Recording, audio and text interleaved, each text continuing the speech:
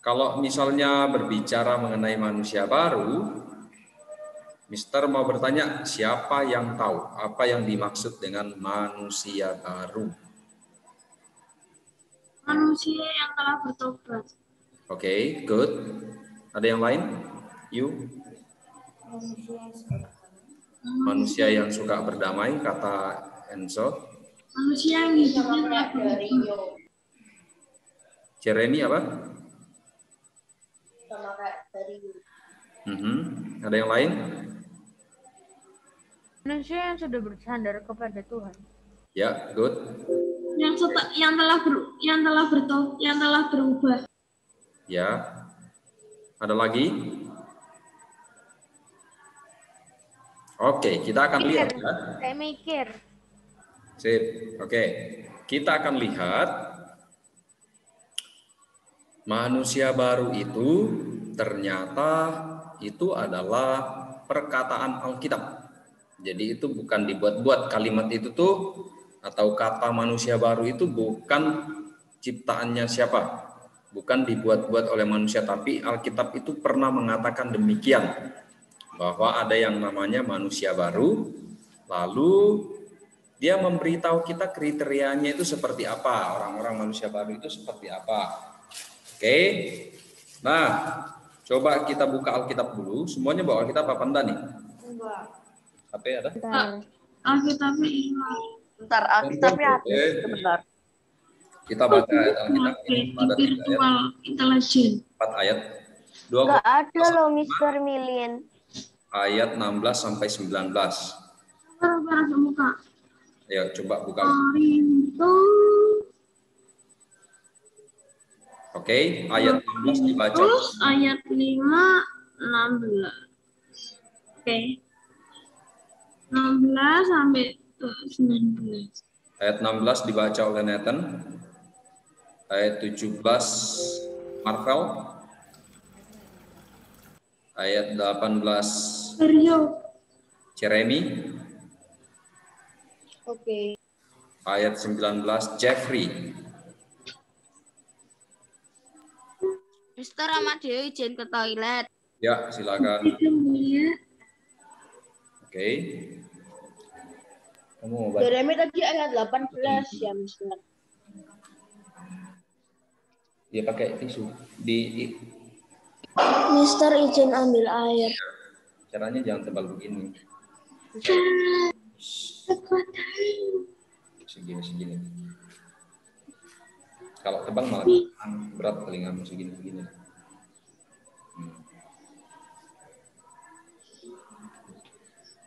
Jangan ditebalin, berat kamu. Mister, tadi Jeremy ayat 18 ya, Mister. Jeremy 18, kemudian Jeffrey 19. Ayo, silakan dimulai dibaca.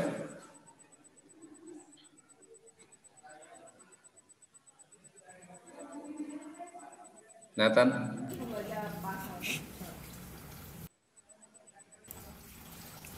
2 Korintus pasal 5 ayat 16. Sebab itu kami tidak lagi menilai seorang juga pun menurut ukuran manusia. Dan jika kami pernah menilai Kristus menurut ukuran manusia, sekarang kami tidak lagi menilainya demikian.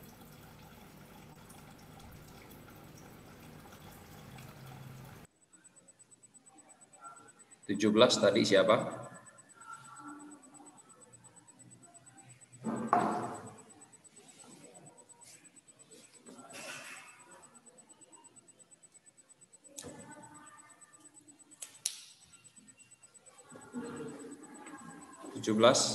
Lionel ya?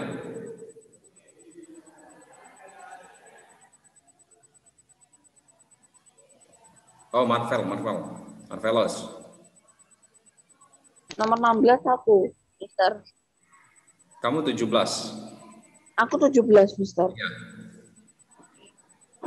Sekarang nomor berapa? Ini Ya, ayat berapa? bacakan. Mister, sekarang ayat berapa? 17. Jadi kamu nggak nyari toh? Iya. Sudah. Ya bacaan. Udah berapa? Jadi siapa yang ada di dalam Kristus, ia adalah ciptaan baru, yang lama sudah berlalu, sesungguhnya yang baru sudah datang. Oke, good. Dan semua ini dari Allah yang dengan perantara Kristus telah mendamaikan kita dengan dirinya dan yang telah mempercayakan pelayanan pendamaian itu kepada kami. Sebab Allah mendamaikan dunia dengan dirinya oleh Kristus dengan tidak memperhitungkan pelanggaran mereka. Ia telah mempercayakan berita perdamaian itu kepada kami. Oke, good. Nah, di sini ada satu kata yang Mr. Firman highlight warna merah. Coba kalian lihat. Nah, yaitu ciptaan baru. Terus di manakah kita disebut ciptaan baru? Siapa yang tahu? Berdasarkan Di dalam ya, di dalam Tuhan atau di dalam Kristus. Lalu apa yang membedakan ciptaan baru sama ciptaan lama? Masa lalunya sudah berlalu. Oke, lalu apa lagi? Dan yang sesungguhnya baru datang. Sudah datang. Oke, kalau dari ciri-cirinya apa perbedaannya, Enzo? Ciptaan lama itu perbedaannya sama ciptaan baru apa? Ciri-cirinya apa?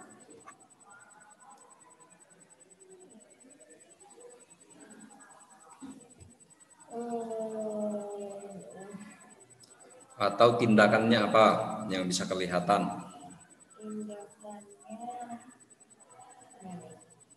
Itu siapa? Yang baru baik, yang lama?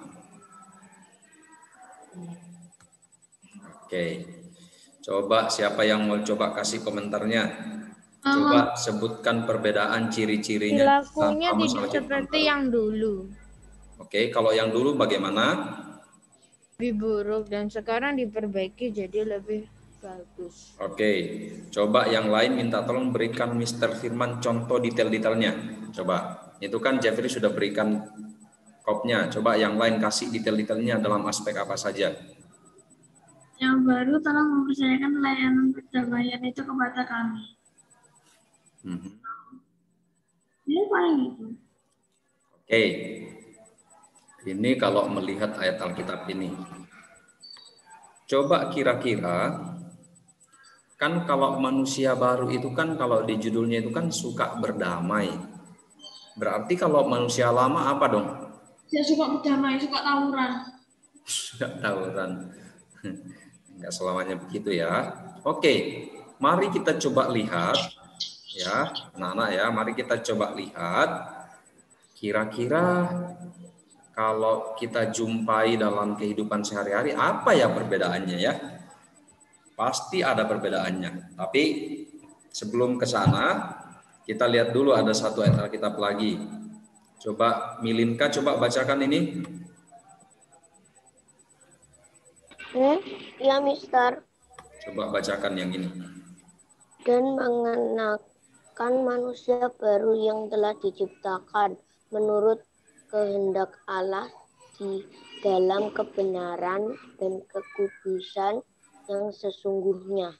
Oke, di sini ada kata-kata manusia baru, dan manusia baru ini yang telah diciptakan menurut kehendak Allah. Oke, itu bukan masalah perbuatan ya, bukan masalah perbuatan, tapi sesuatu yang sudah diciptakan oleh Allah. Satu ayat lagi dibacakan oleh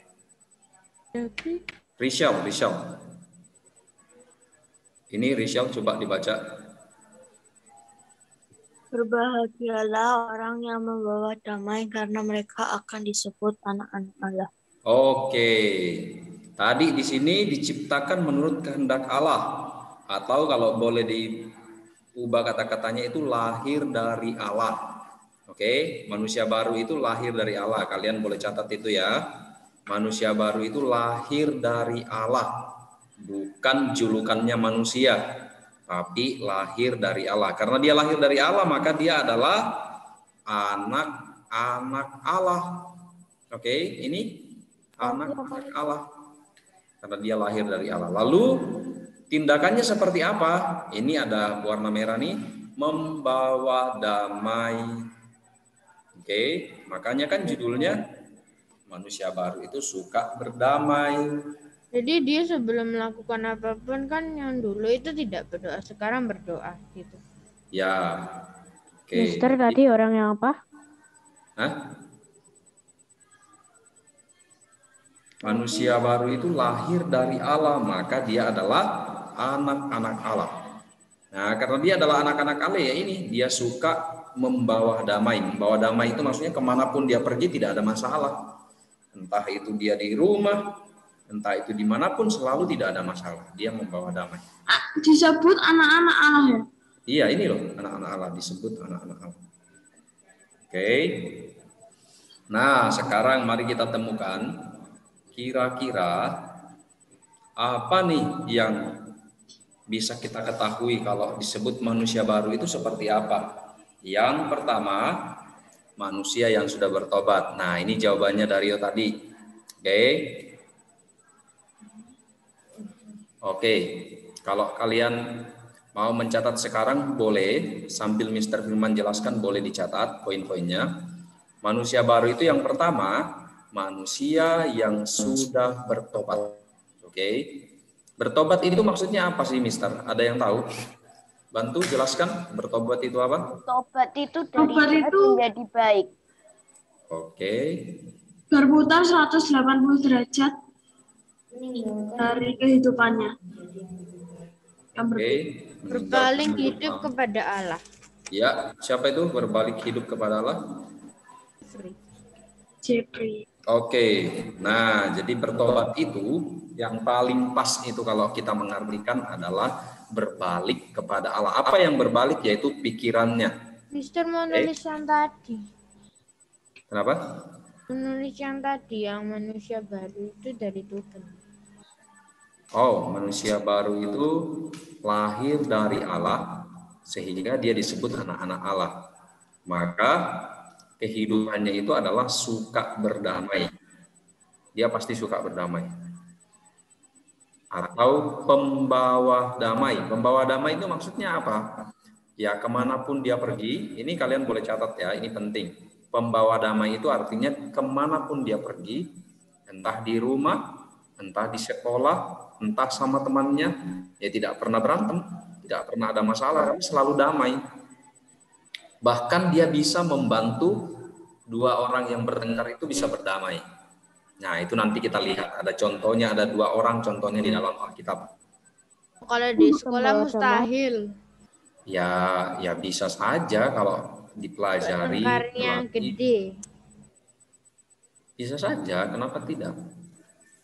Oke, manusia yang sudah bertobat. Oke. Nah, kalian boleh kasih tambahan catatannya, yaitu bertobat adalah memalingkan pikirannya kepada Tuhan atau berpaling kepada Tuhan, meninggalkan hidupnya yang lama. Oke. Bertobat adalah memalingkan pikirannya kepada Tuhan dan meninggalkan kehidupan yang lama atau cara berpikirnya yang lama. Oke. Ya. Oke, kita lanjut lagi. Sabar. Oh, sabar. Oke. Aku aja yang tadi. Orang membawa damai, tidak pernah membuat masalah saat bepergian, bersekolah, lagi. Oke, poin yang kedua adalah meninggalkan hidup yang lama. Oke, nah ini sekarang Mr. Firman mau jelaskan apa sih perbedaannya manusia lama sama manusia baru. Oke, apa sih perbedaannya? Kalian boleh bikin perbandingannya. Nah, kalau manusia lama itu berarti jelas dia belum bertobat. Oke. Yang kedua, kehidupannya masih di dalam kehidupan yang lama. Apa kehidupan yang lama itu? Mari Mister Firman kasih detail-detailnya. Kalian dengarkan yang penuh dosa. Ya, yang penuh dosa. Terus pikirannya itu picik. Lalu gampang iri hati, dengki, bisa mengkritik orang lain, bisa juga membicarakan orang lain di belakang, suka berantem, ya tidak sopan, tidak menghargai orang lain, berkata-kata kasar. Nah, semua itu adalah contoh dari kehidupan orang yang hidup di dalam manusia lama. Jadi semua hal yang dia suka itu hal-hal negatif. Dia lebih gampang marah, meskipun tidak ada alasannya juga gampang marah. Marah-marah ke orang tua lah, ke adik lah, ke kakak lah.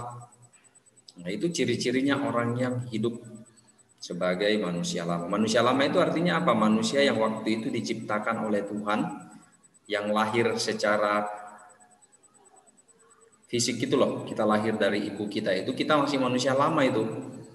Baru menjadi manusia baru itu ketika kita sudah percaya Tuhan, ya, kemudian diselamatkan, kemudian dibaptis, kemudian diselamatkan. Nah, pada saat itu baru kita menjadi yang namanya manusia baru. Jadi selamat belum ada percaya Tuhan, cuma ikut orang tua tok ke gereja, tidak percaya Tuhan juga, tidak pernah baca Alkitab juga, ya tetap saja.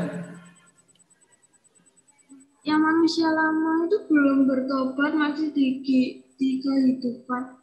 Ya. Sama seperti pikirannya, dendam, benci. Pikirannya itu ya masih egois, ya, memikirkan dirinya sendiri, tidak memikirkan orang lain, gitu.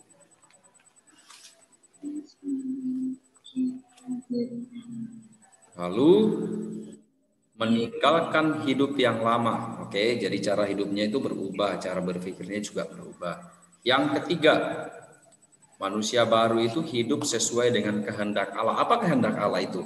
Ya, salah satunya adalah kasihilah Tuhan Allahmu, kasihilah sesamamu manusia. Kalau mengasihi Tuhan Allah itu apa yang kita kerjakan? Kan Tuhan kita tidak kelihatan. Lalu apa yang bisa kita kerjakan untuk membuktikan bahwa kita mengasihi Tuhan Allah? Rafaela Esli, apa coba? Berdoa. Berdoa. Terus apa lagi? Membaca Alkitab. Nah, ini ada yang berkaitan dengan ini, yaitu Tuhan Allah itu kan tidak kelihatan.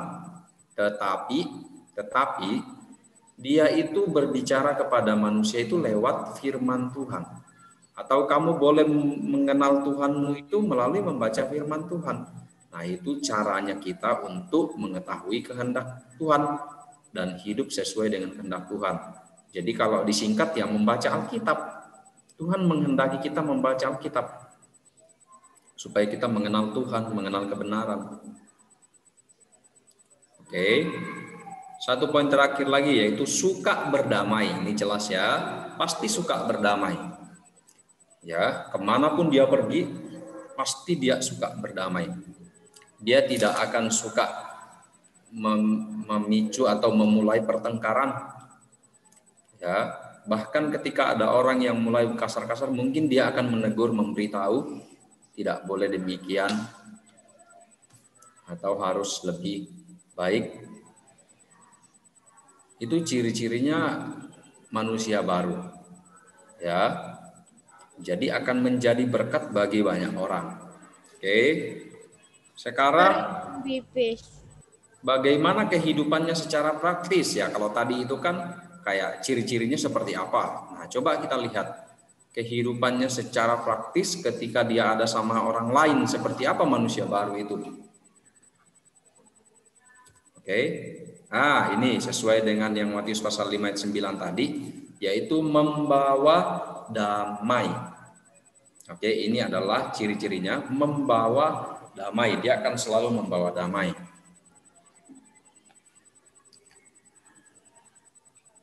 Jadi orang itu akan senang misalnya nih ketika melihat wah ada Milinka.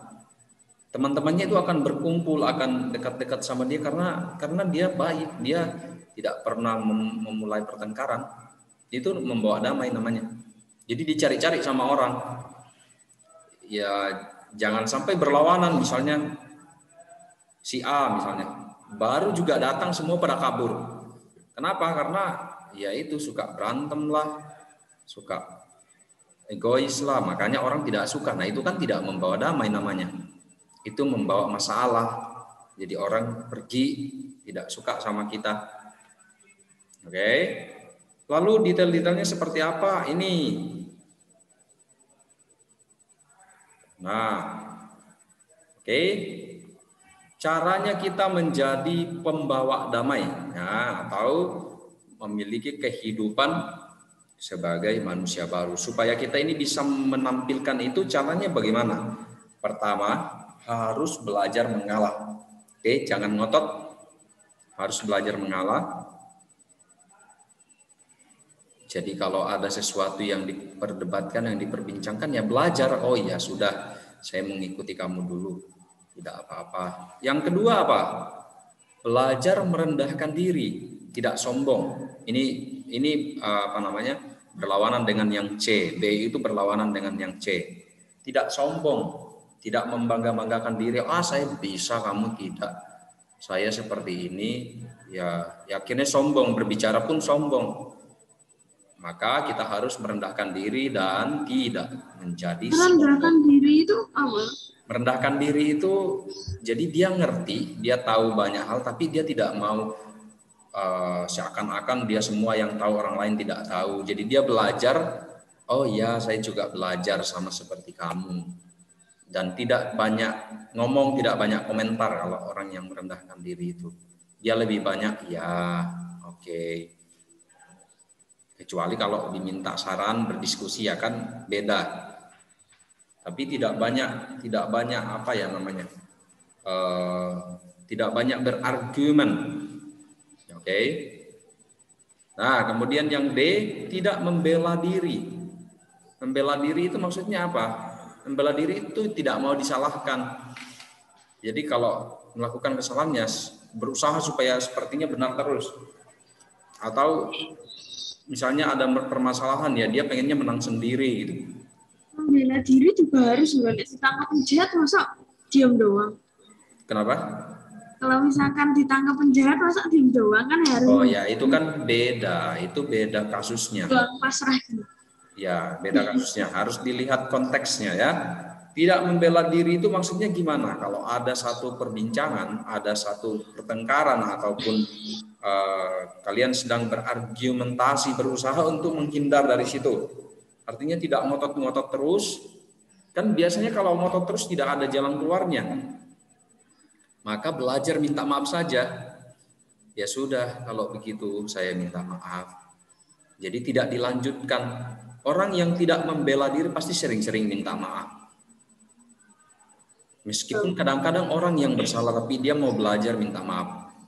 Siapa yang dicontoh demikian? Ya Tuhan Yesus. Emang pernah dia bersalah kepada orang lain? Tidak pernah.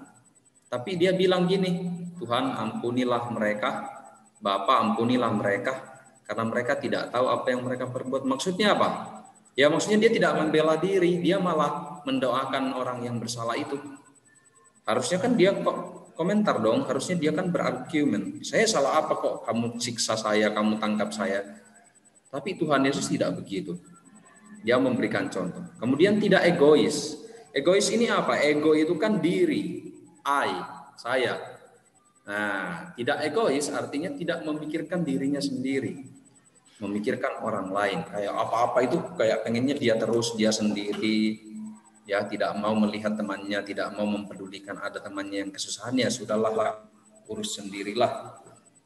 Itu orang yang egois demikian. Lalu kayak pengen jadi yang terbaik sendiri, tidak mau membantu temannya yang kesusahan. Ada yang tidak mengerti pelajaran, ya harusnya dibantu toh. Kalau kita memang pembawa damai itu ya harusnya damai itu maksudnya ya orang itu nyaman, orang itu mengalami sukacita melihat kamu. Ya kalau orang minta bantuan saja kita sudah tidak mau, Ya itu namanya egois. Selalu ingin menang sendiri dan selalu ya dia aja sendiri gitu. Kalau bisa dia semua. Nah itu anak-anak kita harus belajar. Memang kita itu kan harus berkompetisi atau harus istilahnya apa ya, supaya ada daya dorong yang kuat untuk menjadi yang terbaik itu boleh, tidak apa-apa. Tapi jangan sampai menjadi egois, lupa temannya, lupa sahabat-sahabatnya. Oke, Tapi kita kalau harus misalkan belajar. kayak gini gimana? Kenapa? Ada orang minta tolong sama kita. Terus kalau misalkan kita nggak mau, dia marah-marah, maksa, akhirnya kita mau. Terus Nah, dia minta lagi, akhirnya kita mau lagi. Terus waktu kita minta tolong, dia nggak mau. Itu gimana? itu urusannya dia. Jadi seharusnya kalau kalian itu mau menjadi seorang pembawa damai, maka jangan pusing dengan itu. Ya kalau dia tidak mau ya sudah, tidak apa-apa. Saya mah kalau kamu minta pertolongan saya mau tolong-tolong saja. Toh kalau kamu tidak mau, tidak apa-apa, saya tidak masalah. Maka harus belajar bersabar juga. Jangan oh karena saya sudah tolong kamu masa tidak mau tolong saya, masa begitu? Itu berarti tidak tulus hati atau tidak ikhlas. Memang susah memang, tapi harus dipelajari. Ya, jadi kadang-kadang misalnya, oh saya sudah bantu tapi kok dia masih kayak gitu. Nah, itu berarti kita menuntut. Berarti tidak tulus juga berarti.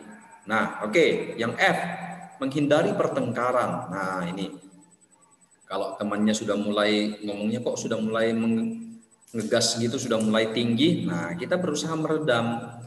Berusaha, oh cukup, tidak dilanjutkan lagi, sudah. Atau kalau ada orang yang lain boleh meleraikan temannya. Ini menghindari pertengkaran. Ini ciri-cirinya pembawa damai demikian. Tidak mengkritik. Nah ini juga tidak mengkritik.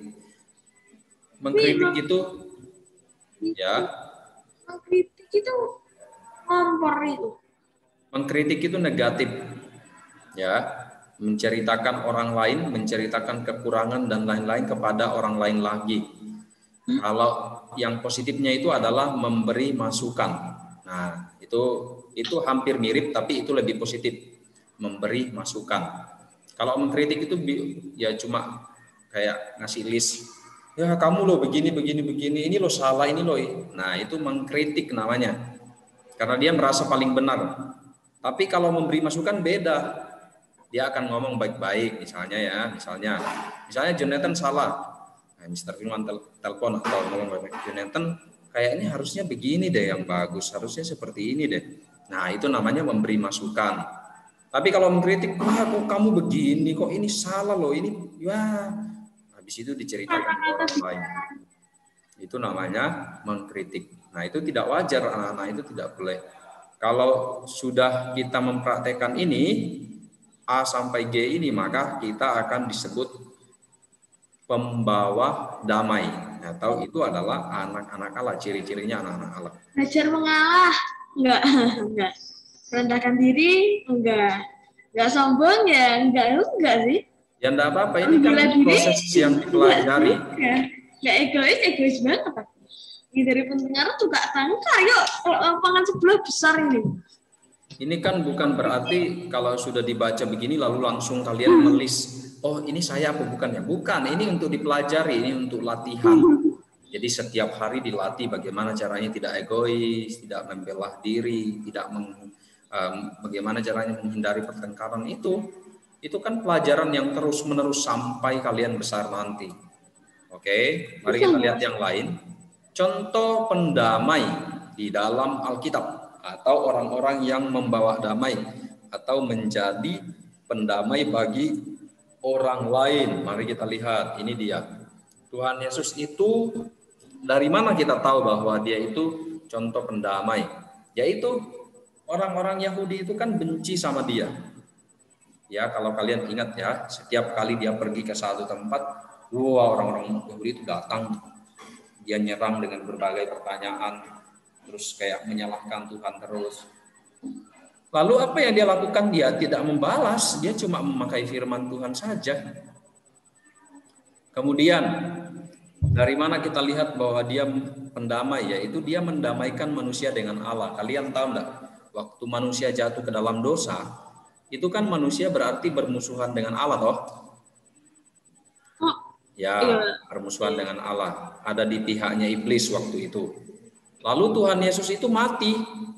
Nah, pertama dia berinkarnasi dulu menjadi manusia. Kemudian dia hidup 33,5 tahun lalu mati. Mengorbankan dirinya untuk siapa? Untuk kita. Untuk manusia. Tujuannya apa? Supaya kita ini didamaikan dengan Allah.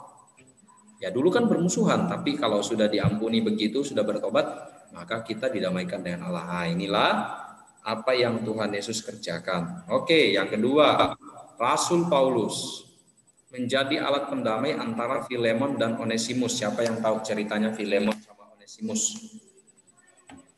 Serius, baru pertama kali dengar loh. Ya, itu di dalam perjanjian baru, anak-anak. Oke. Kita lihat ya, kalian perhatikan ya, Mr. Firman ceritakan secara singkat, tapi kalian harus fokus karena ini ceritanya menarik sebenarnya. Filemon Onesimus ini. Jadi ini adalah cerita tentang seorang tuan dan hambanya atau seorang majikan dengan hambanya. Nah, Filemon itu adalah tuannya, lalu Onesimus itu hambanya atau pekerjanya yang suka kerja.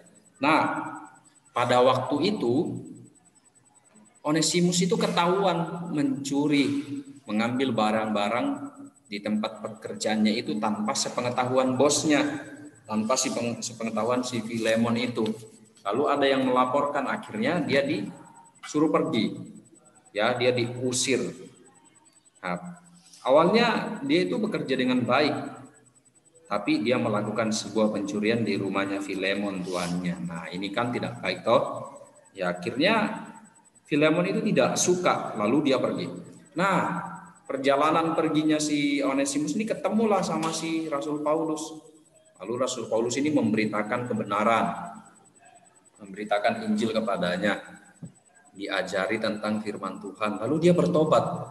Dia memutuskan untuk kembali lagi melakukan yang baik dan kembali kepada Filemon tuannya untuk bekerja lagi di sana. Nah, itu Filemon itu mengalami perubahan, Onesimus itu mengalami perubahan. Itu dikarenakan ada seorang yang namanya Rasul Paulus. Dia memberitakan yang benar. Nah, kemudian Paulus itu menulis surat untuk Filemon. Nah, suratnya itu maksudnya supaya si Onesimus ini diterima kerja lagi di tempatnya dia. Kalian tahu arti nama dari Filemon?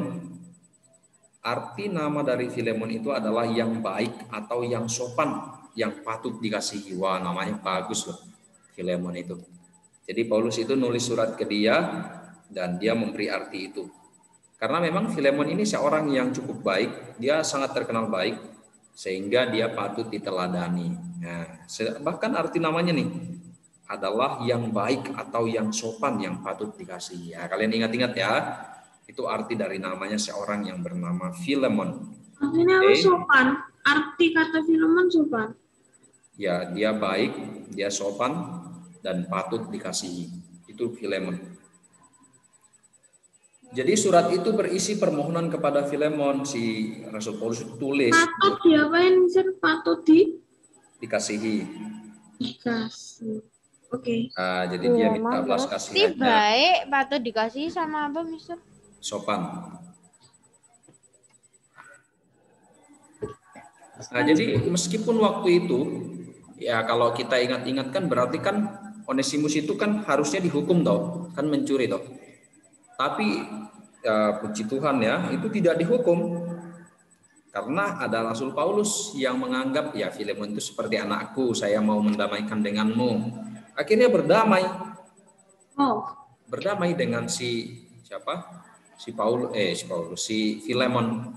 Akhirnya terjadilah satu hubungan yang baik kembali. Nah, inilah kerjaannya Rasul Paulus itu, menjadi alat pendamai antara Filemon dan Onesimus. Nah, ini bisa enggak terjadi di dalam kehidupan kalian? Ya bisa dong. Kan biasanya nih kita ketemu sama teman-teman atau orang yang sedang bertikai atau bermasalah. Misalnya di grup kalian mungkin ada yang saling bermasalah begitu. Nah, kalau sudah begitu, yang kita lakukan itu ya jangan menambah-nambah, jangan kesana itu menyulut-nyulut kayak disemangati malah. Nah, itu tidak boleh. Malah yang harus dilakukan adalah kamu ini diantaranya. Ini kan ada dua, kamu diantaranya menghubungkan gitu loh. Kayak gimana sih caranya supaya teman saya itu berdamai, supaya mereka tidak bertengkar lagi. Maka kamu menjadi alat pendamai, jangan sebaliknya. Itu kita dapat praktekkan. Jadi kapanpun, dimanapun bisa. Antara adik dan kakak, antara siapapun itu bisa jadi pendamai. Nah, ini kan contoh yang perlu kita pelajari. Oke, di akhir materi ini kita ada post test. Post test itu apa? Oh, itu adalah kayak seperti untuk menilai sejauh mana kalian menangkap materi itu. Cuma dengan pertanyaan singkat saja. Oke, tapi sebelum ini ada pertanyaan enggak? Nanti saya kasih. Oh ya, ada sedikit.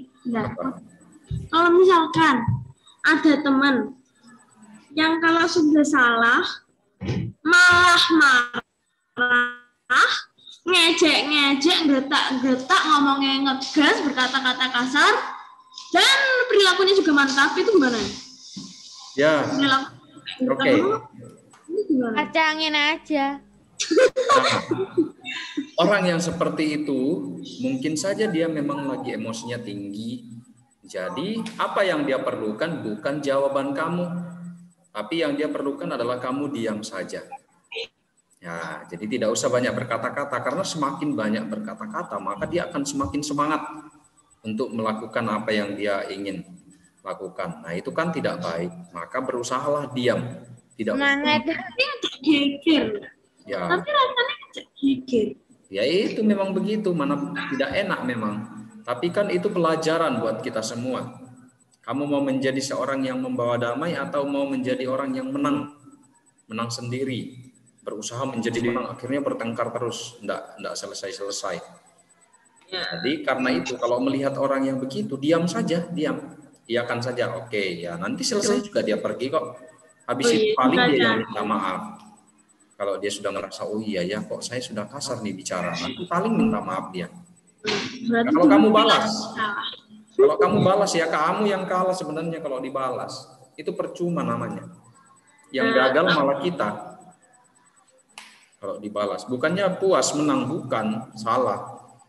Kita kalah kalau begitu. Kita terpancing. Nah, jadi ya udah diamkan saja. Lalu nanti kalau sudah sudah oke, cukup. Gitu, tidak perlu banyak berkata-kata. Tuhan Yesus apa ya banyak berkomentar, enggak tuh. Orang jelas-jelas Tuhan Yesus saja tidak pernah salah, tapi disalahkan terus, dia enggak kenapa-kenapa. Biasa saja. Dia malah berdoa tuh, itu yang paling bagus. Kalau sampai kalian bisa mendoakan musuh, itu lebih hebat lagi. Susah. Ya memang susah. Kalau doanya buruk gimana, Mister? Oh ya enggak boleh dong. Siapa yang mengajar kita? Mate, ngono sih ngawur. Siapa yang mengajar kita mendoakan buruk? Enggak ada toh. Tuhan Yesus mana pernah mendoakan buruk. Dia malah berdoa yang baik. Dia malah minta Tuhan Allah Bapa itu mengampuni loh. Bayangkan. Ya, Mak. Ya itu teladan kita. Kalau Tuhan Yesus bisa ya kan dia sudah tinggal di dalam kita. Berarti kita pun harusnya bisa, tapi butuh proses belajar yang cukup lama. Oke. Aku punya aku nanya ini tuh emang soalnya pernah terjadi di kehidupanku. Ya memang berat. Ya. Sekolah. Ya memang berat Dario, tapi kita harus belajar, tidak boleh.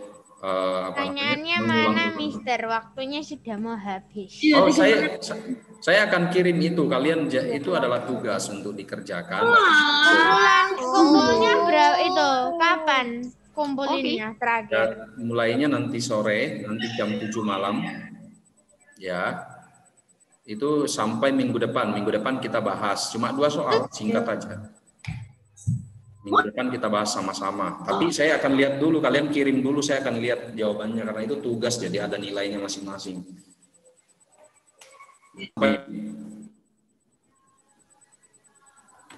Loh, batas pengumpulannya jam 7 tak? Oh, enggak. Pengumpulannya sampai hari Sabtu. Wow, Sabtu. Ya tapi Oh jangan my lama-lama. God, yang kalian ketahui tentang film. Yang bisa mengumpulkan lebih cepat itu biasanya nilainya juga ada tambahan poinnya. Yang ngumpulinnya Oh iya, hari yang Sabtu baru six ngumpul ya beda. Sedetik langsung udah kirim ting. Wow. Ya Bu. Pakai iris itu fix. Kalau memang masih fresh, masih ingat, lebih baik ditulis langsung lalu dikirim daripada nanti tunggu hari Sabtu lupa. Asal-asalan lagi nanti tulisnya. Mending langsung Nanti dijawab. share screen-nya tadi dikirim kan, Mister? Iya, nanti dikirim. Oke. Ya, Mister, jangan jangan di Google Drive, soalnya susah nyarinya. Oh ya sudah, nanti dikirim di WhatsApp. Iya, recordingnya juga tolong dikirim ya, bisa recordingnya. Jelas pasti dikirim. Oke, nanti kalian jawab ini ya. Ini boleh ditulis dulu sekarang ataupun nanti lihat di WhatsApp atau di Google Drive, saya kirim materinya. Jawabannya langsung atau enggak? Jawabannya langsung. Syup, laksanakanlah. Oke, gitu dulu ya. Doa. Ada pertanyaan lain selain ini? Itu. Selain pertanyaannya dari Rio, ada lagi yang bertanya?